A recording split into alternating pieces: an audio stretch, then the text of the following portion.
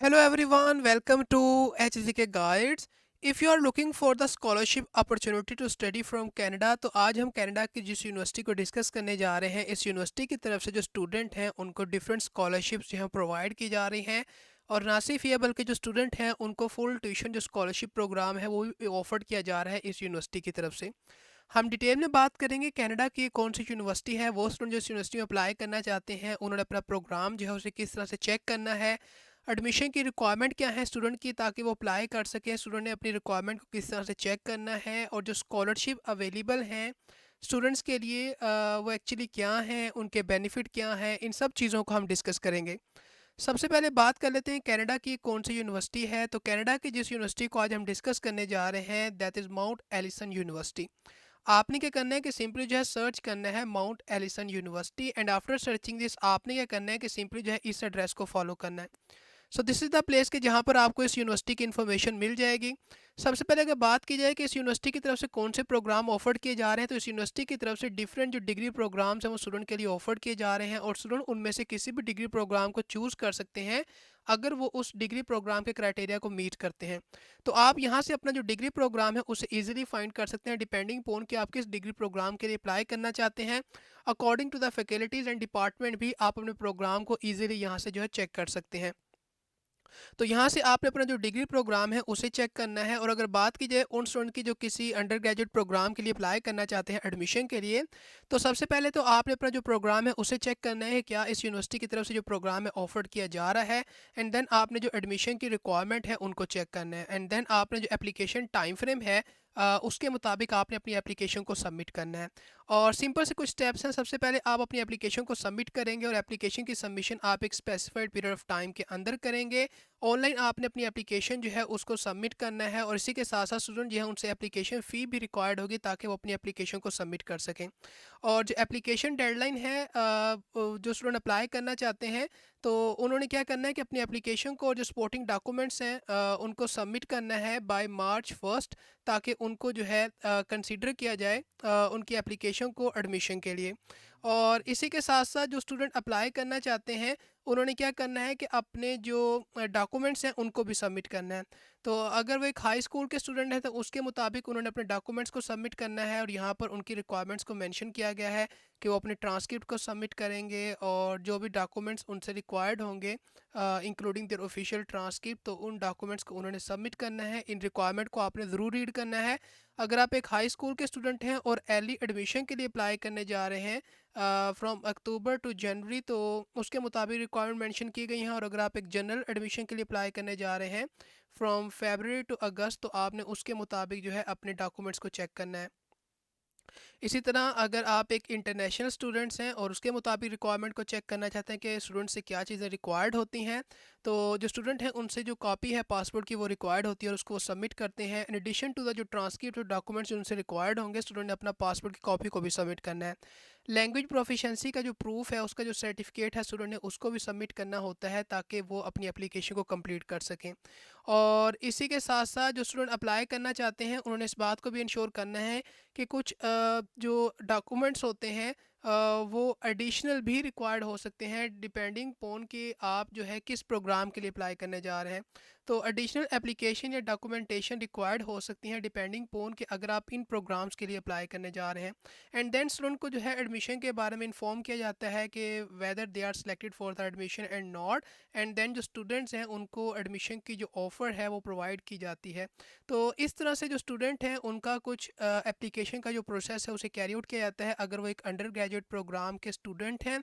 अब बात करते हैं उन स्टूडेंट की जो किसी ग्रेजुएट प्रोग्राम के लिए अप्लाई करना चाहते हैं। तो जो ग्रेजुएट प्रोग्राम इस यूनिवर्सिटी की तरफ से ऑफर किया जा रहा है स्टूडेंट उसके लिए अप्लाई कर सकते हैं अगर वो उसके एलिजिबिलिटी क्राइटेरिया को मीट करते हैं। और जो स्टूडेंट अप्लाई करना चाहते हैं उनके लिए जो एप्लीकेशन डेडलाइंस हैं उनको यहाँ पर मेंशन किया गया है। वो प्रोग्राम जो स्टार्ट होगा उसकी डेट को यहाँ पर मेंशन किया गया है और उसके मुताबिक एप्लीकेशन डेडलाइन को इधर मेंशन किया गया है। तो अगर आप अप्लाई करना चाहते हैं किसी ऐसे प्रोग्राम के लिए जो कि स्टार्ट होगा इन मई 1, तो आपको अपनी एप्लीकेशन को जो है सबमिट करना होगा February 1 तक। सो this is the application deadline कि जब तक आप अपनी एप्लीकेशन को सबमिट करेंगे अगर आप एक ग्रेजुएट प्रोग्राम के लिए अप्लाई करने जा रहे हैं। और जो स्टूडेंट ग्रेजुएट प्रोग्राम के लिए अप्लाई करने जा रहे हैं उनकी यहाँ पर एडमिशन की जो रिक्वायरमेंट्स हैं उनको भी मेंशन किया गया है कि जस्ट लाइक कि उनके पास अगर वो मास्टर्स ऑफ साइंस प्रोग्राम के लिए अप्लाई करने जा रहे हैं तो उनके पास जो बैचलर ऑफ साइंस की डिग्री है वो होनी चाहिए और उसका उनका जो जीपीए है वो 3.0 होना चाहिए। तो इतना जो जीपीए है उनका होना चाहिए यूजिंग अ 4.3 स्केल, यानी 4.3 स्केल में से 3.0 अगर सीजीपीए आप होल्ड करते हैं तो आप एलिजिबल हैं कि आप अप्लाई कर सकते हैं इस यूनिवर्सिटी के अंदर एडमिशन के लिए। और आपके पास जो बैचलर ऑफ साइंस की डिग्री है उसका होना ज़रूरी है। और जो स्टूडेंट अप्लाई करना चाहते हैं अपने ग्रेजुएट प्रोग्राम के लिए उनके पास लेटर ऑफ सपोर्ट भी होना चाहिए फ्रॉम देयर सुपरवाइज़र और उसको भी वो सबमिट करेंगे।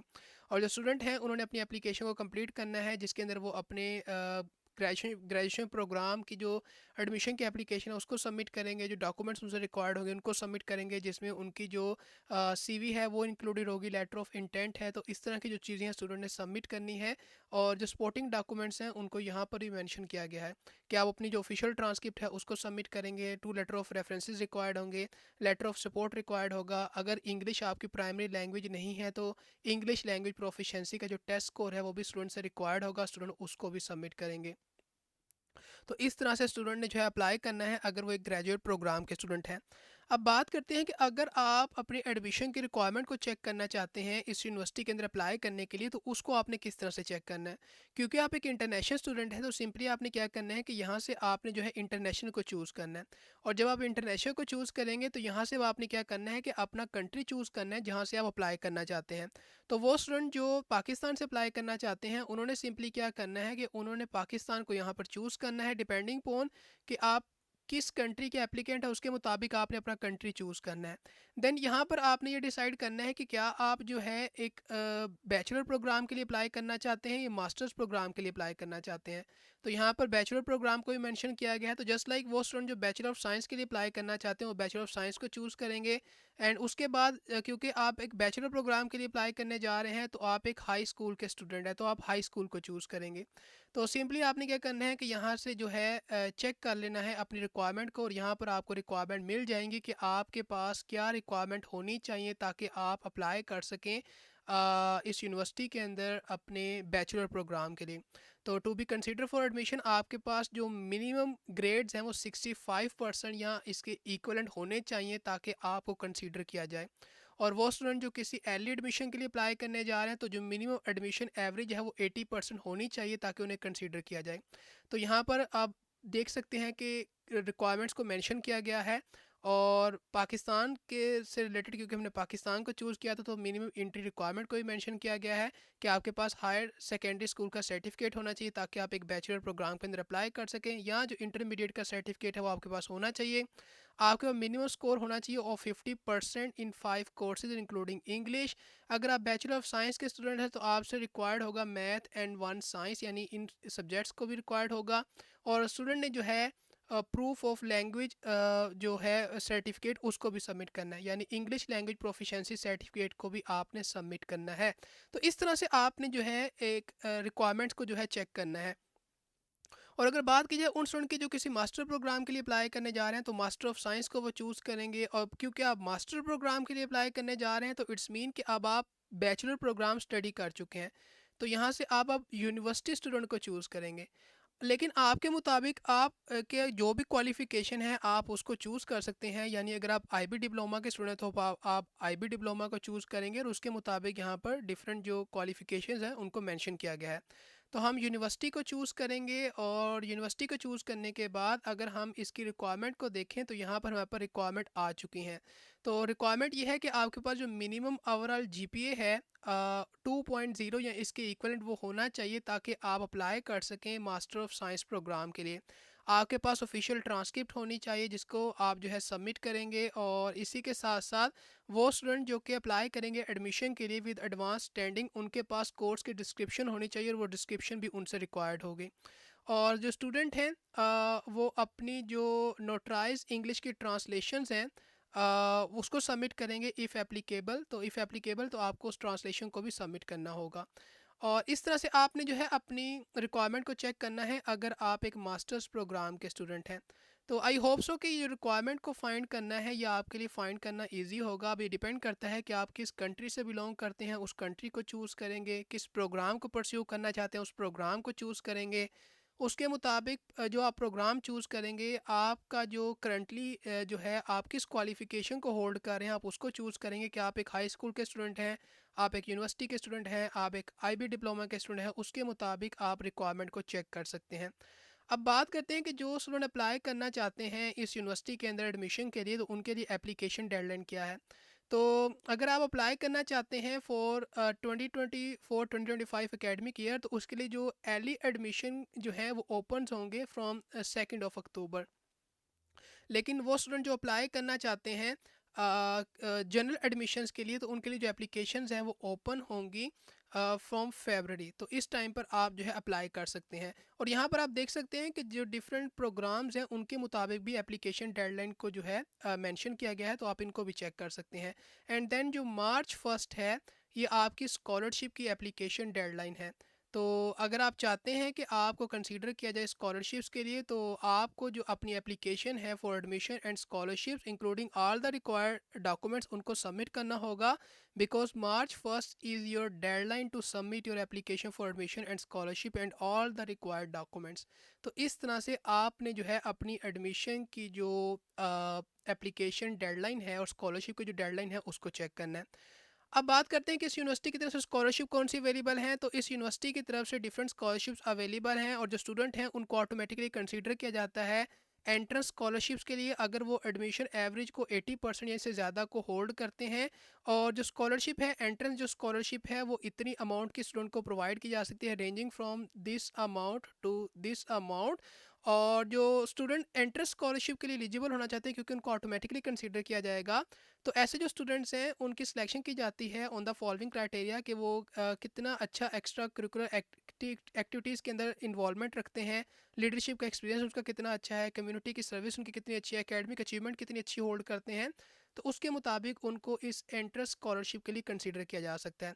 But apart from this entrance scholarship programme, हमारे पास कुछ और स्कॉलरशिप प्रोग्राम भी हैं। और जो स्टूडेंट चाहते हैं कि उनको इस स्कॉलरशिप प्रोग्राम के लिए कंसीडर किया जाए, तो उनको अपनी एप्लीकेशन जो है एडमिशन की और जो स्कॉलरशिप की उसको सबमिट करना होगा बाय March 1, ताकि उनको ना सिर्फ एडमिशन के लिए बल्कि जो स्कॉलरशिप है उसके लिए भी कंसीडर किया जाए। तो यहाँ पर डिफरेंट स्कॉलरशिप्स को मेंशन किया गया है। This is the first scholarship, और ये जो स्कॉलरशिप है, इतनी अमाउंट की स्टूडेंट को जो है स्कॉलरशिप प्रोवाइड की जाएगी, प्लस जो स्टूडेंट को जो है इतनी अमाउंट की जो इंटर्नशिप है उसकी सपोर्ट भी प्रोवाइड की जाएगी। आउटस्टैंडिंग जो हाई स्कूल ग्रेजुएट स्टूडेंट हैं उनके लिए स्कॉलरशिप अवेलेबल है, जो कि डिमॉन्स्ट्रेट करेंगे गुड एकेडमिक एबिलिटी को, लीडरशिप कैपेबिलिटीज़ को। तो ये डिफरेंट क्राइटेरियाज को यहाँ पर मेंशन किया गया है। नंबर ऑफ स्कॉलरशिप्स मेंशन की गई हैं, और स्टूडेंट जो है उनको अचीव करना होगा 3.5 जो जीपीए है उसको, ताकि उनको स्कॉलरशिप के लिए दोबारा से जो है कंसिडर किया जाए, यानी दोबारा से स्कॉलरशिप जो है वो रीन्यूएबल हो सके उनके लिए। और इसी के साथ साथ कोई सेपरेट एप्लीकेशन स्टूडेंट से जो है रिक्वायर्ड नहीं है। क्लियरली मेंशन है कि no need to submit a separate application. Student जो है उनसे कुछ डॉक्यूमेंट्स भी रिक्वायर्ड होंगे, जस्ट लाइक 3 रेफरेंस लेटर्स वो जो है सबमिट करेंगे एज ए उन्होंने सबमिट करना है। तो इन चीज़ों को भी आपने अपने माइंड में रखना है अगर आप इस स्कॉलरशिप के लिए एलिजिबल होना चाहते हैं। और जो डेडलाइन है कि आपको अपनी एप्लीकेशन को सबमिट करना पड़ेगा along with all the supporting document by March 1। So this is the first scholarship and this is the another scholarship programme. और ये जो स्कॉलरशिप प्रोग्राम है, स्टूडेंट को इतनी अमाउंट की स्कॉलरशिप प्रोवाइड कर रहा है, और इतनी अमाउंट के स्टूडेंट को जो इंटर्नशिप है उसकी सपोर्ट प्रोवाइड की जा रही है। ये अगेन एलिजिबिलिटी क्राइटेरिया को मेंशन किया गया है। नंबर ऑफ स्कॉलरशिप्स हैं 3.5 जो जीपीए स्टूडेंट को अचीव करना होगा। और अगेन जो स्टूडेंट से सेपरेट एप्लीकेशन है वो रिक्वायर्ड नहीं है। 3 रेफरेंस लेटर स्टूडेंट से रिक्वायर्ड होंगे, एज ए स्टूडेंट ने सबमिट करना है। और अगर डेडलाइन की बात की जाए, तो आपकी जो डेडलाइन है स्कॉलरशिप की, दैट इज़ March 1। तो यहाँ पर बहुत सारी स्कॉलरशिप्स अवेलेबल हैं, तो इनमें से जिस स्कॉलरशिप के लिए आप एलिजिबल हैं आप उनके लिए अप्लाई कर सकते हैं। Just like this is the another scholarship programme, इतनी अमाउंट की स्टूडेंट को टोटल स्कॉलरशिप प्रोवाइड की जाएगी, and this is the amount of scholarship जो कि अ ईयर प्रोवाइड की जाएगी। अब प्रोवाइड की जाएगी उन स्टूडेंट्स को जो कि एंटर हो रहे हैं किसी भी एरिया ऑफ स्टडी के अंदर, और जो स्टूडेंट की सिलेक्शन है वो उनके एकेडमिक मेरिट की बेसिस पर होगी, और जो नीड है उसकी बेसिस पर होगी। स्टूडेंट को 3.5 जो जीपीए है उसको मेंटेन करना होगा ताकि स्कॉलरशिप के लिए एलिजिबल हो सके। अगेन कोई सेपरेट एप्लीकेशन जो है वो रिक्वायर्ड नहीं है स्टूडेंट से, और जो स्टूडेंट है अपनी एप्लीकेशन को सबमिट करेंगे by March 1। So this is the application submission deadline. Again एक और स्कॉलरशिप प्रोग्राम है और ये जो स्कॉलरशिप प्रोग्राम है इसका भी क्राइटेरिया मेंशन किया गया है और इसके लिए भी स्टूडेंट जो है अपनी एप्लीकेशन को सबमिट कर सकते हैं बाय मार्च 1। तो आप यहाँ पर देख सकते हैं कि बहुत सारी स्कॉलरशिप जो हैं अवेलेबल हैं, लेकिन हमने बात की थी कि इस यूनिवर्सिटी की तरफ से फुल ट्यूशन जो स्कॉलरशिप है वो भी ऑफर की जा रही है। तो अगर आप जो है स्क्रॉल डाउन करें तो हम यहाँ पर देख सकते हैं कि हमारे पास यहाँ पर फुल ट्यूशन जो स्कॉलरशिप प्रोग्राम है वो भी ऑफर किया जा रहा है। एलिजिबिलिटी क्राइटेरिया में स्टूडेंट का जो एकेडमिक रिकॉर्ड है वो अच्छा होना चाहिए, स्टूडेंट के पास जो लीडरशिप स्किल्स हैं वो होने चाहिए, एक्स्ट्रा करिकुलर एक्टिविटीज़ के अंदर स्टूडेंट की पार्टिसिपेशन होनी चाहिए, कम्युनिटी सर्विस होनी चाहिए। तो ये जो चीज़ें हैं स्टूडेंट के एलिजिबिलिटी क्राइटेरिया में इन्वॉल्व हैं। नंबर ऑफ़ जो स्कॉलरशिप ऑफर्ड की जाएंगी उसको मेंशन किया गया है, और जो स्कॉलरशिप है स्टूडेंट को अगर चाहते हैं कि उनको जो है रिन्यू की जाए, रिन्यूएबल होकर स्कॉलरशिप उनकी, तो स्टूडेंट को 3.7 जो जीपीए है with the course load of 30 course credits उसको जो है ऑब्टेन करना होगा between fall and winter terms, ताकि उनको दोबारा से स्कॉलरशिप के लिए कंसीडर किया जाए। और अगेन कोई सेपरेट एप्लीकेशन स्टूडेंट से जो है रिक्वायर्ड नहीं है, और जो सबमिट करनी है स्टूडेंट ने जो अपनी एप्लीकेशन है उसको वो सबमिट करेंगे बाय मार्च 1। तो हम स्टार्ट में बात कर आ रहे हैं कि जो एप्लीकेशन सबमिशन है ये स्टूडेंट ने जो सबमिट करनी है, इसमें वो अपनी एडमिशन की एप्लीकेशन और जो स्कॉलरशिप की एप्लीकेशन है उसको जो है सबमिट करेंगे along with all the required documents, और कोई सेपरेटली एप्लीकेशन स्टूडेंट से रिक्वायर्ड नहीं होगी। तो ये हमारे पास एक फुल ट्यूशन जो है स्कॉलरशिप अवेलेबल है इस जो यूनिवर्सिटी है उसकी तरफ से, और यहाँ पर कुछ हमारे पास अवार्ड्स भी हैं, और ये जो अवार्ड्स हैं स्टूडेंट को ऑटोमेटिकली जो है प्रोवाइड किए जाते हैं, स्टूडेंट्स को जो है ऑटोमेटिकली कंसीडर किया जाता है इन अवार्ड्स के लिए अगर वो अप्लाई करते हैं एडमिशन के लिए और स्कॉलरशिप के लिए बाय मार्च 1।